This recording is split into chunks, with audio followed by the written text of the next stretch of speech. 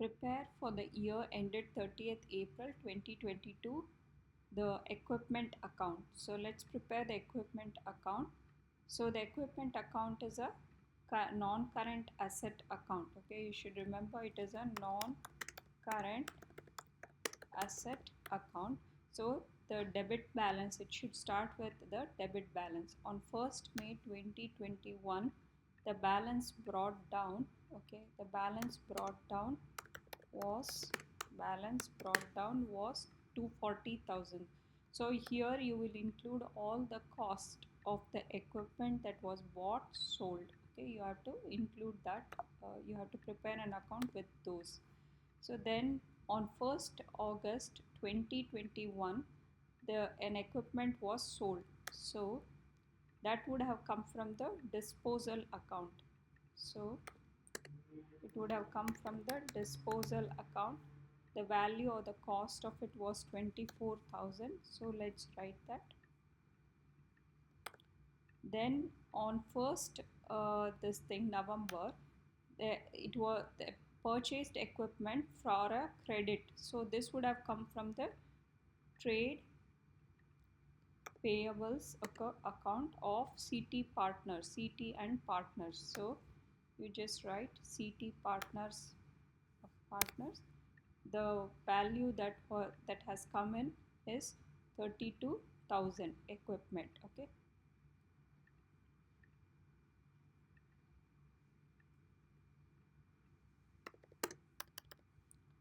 Then on 1st Jan 2022, again it was purchased. So this statement would have come, the double entry would have been from the bank because a check was offered. Okay, so we have settled it, the business has settled. So the value is 16,000. Now what is the remaining equipment? Okay, that is what this uh, account shows. So let's add up 240,000 plus 32,000 plus 16,000. It should be 288,000. Okay, 288,000. Now what is the balance carried down on 30th April 2022? The balance carried down was 288,000 minus this 24,000, that is equal to 264,000. So 264,000. Now that will be the balance brought down or as on 1st May for the equipment.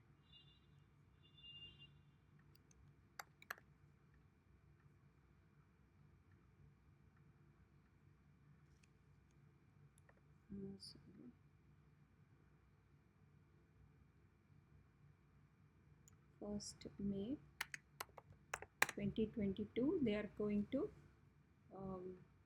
that is a balance brought down.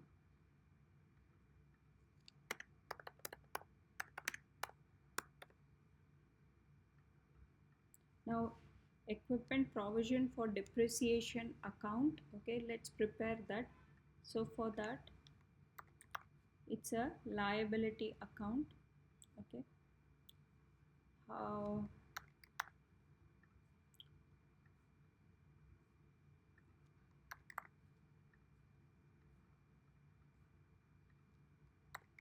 so here in this account you are going to this account will hold the information related to all the provisions, accumulated provisions this year that has to be transferred to the income statement, and the disposal, the provisions that has to be removed.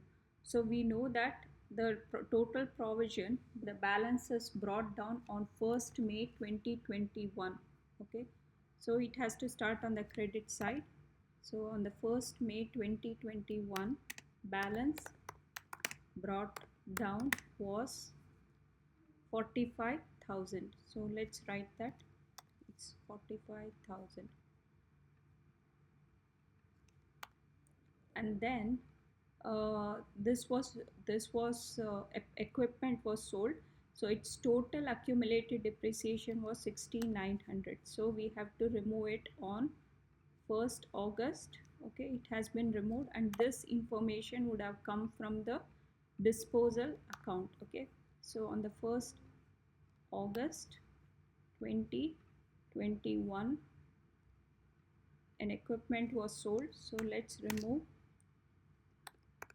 its full accumulated provisions. Okay, now some equipments were bought. So what is the equipment, what is the depreciation charge that's going to be transferred this year at 30th April 2022? We have already calculated here, it was 36,500. So this is going to be transferred to income statement.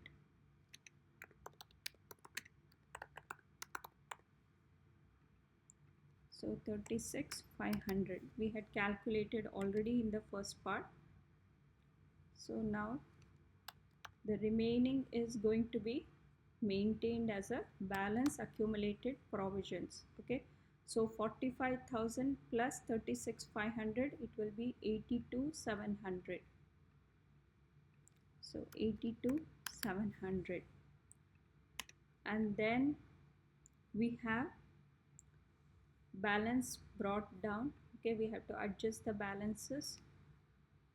82,700. So on 30th April 2022, balance carried down. Okay, here also it is a balance carried down. Balance carried down was 82,700 minus 6,900. That value is going to be 64,600. So this is also going to be the balance that's going to be brought down as on 1st May. As on 1st May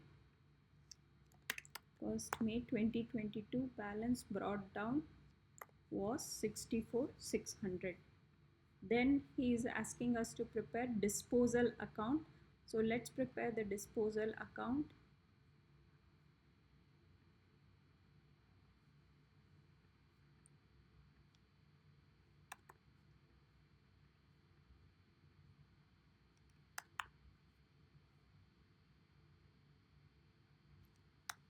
Disposal account is open whenever a disposal has happened, and then you will close off that account.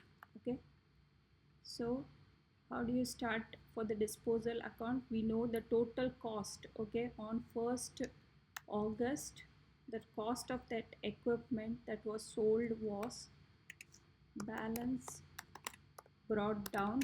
Okay, it was 24,000. The value of the equipment was 24,000. So you write it. Okay, on the debit side. Then it had a provision. Okay, this would have come from the depreciation account. So on the same 1st April 2021, 1st August 2021, depreciation provision for depreciation, it would have come, okay, from the depreciation account. How much? The double entry was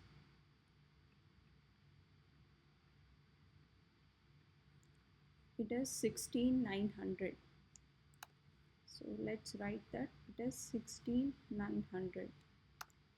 Then they paid a check, okay, of 9,000 cash.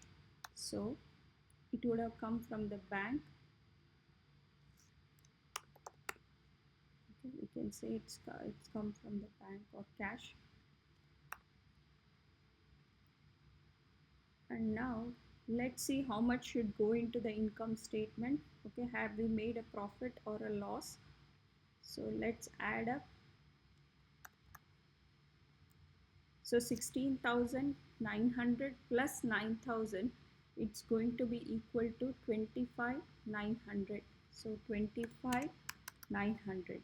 25,900 is little more than what was the cost. So which means that you have made a profit. So let's transfer this to the income statement.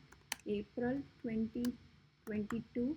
Okay, income statement. So will be 25,900 minus 24,000. That value will be equal to 1,900. So this is a profit that they had made, and so you will close off this account, okay, after preparing. So then you have state 3 disadvantages of using revaluation method for charging a depreciation. Revaluation method is usually used for small items only.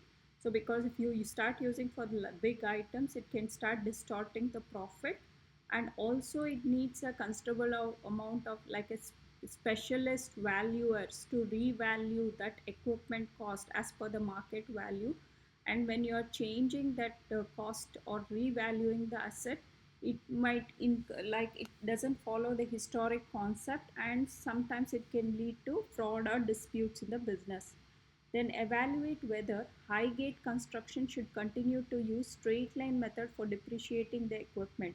So let's see what are the positives of straight line equipment. Okay, straight line equipment, it's simple, easier to calculate, right? Same depreciation each year. So it also follows historic concept and it doesn't distort the profit, okay, because it's not revaluing the asset as per the market value. And also it is useful for the items, okay. It is for because it's following historic concept, whereas revaluation method, it is used for small items, and the straight line method, it can also be used for big items because you're following a consistency concept.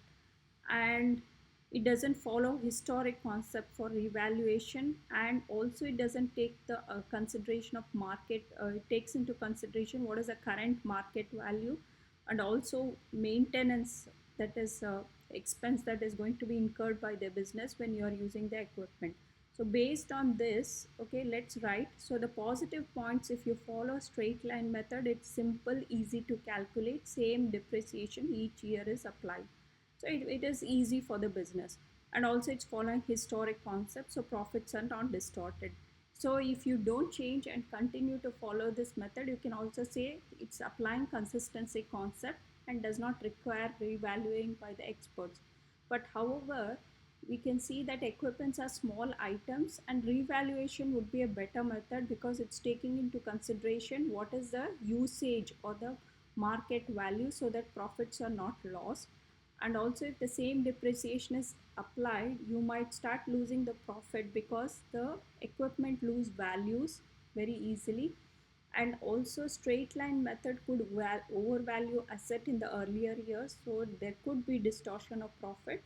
So in conclusion, you can just say that if a business has started to use straight line method, they should continue unless they have some expert valuers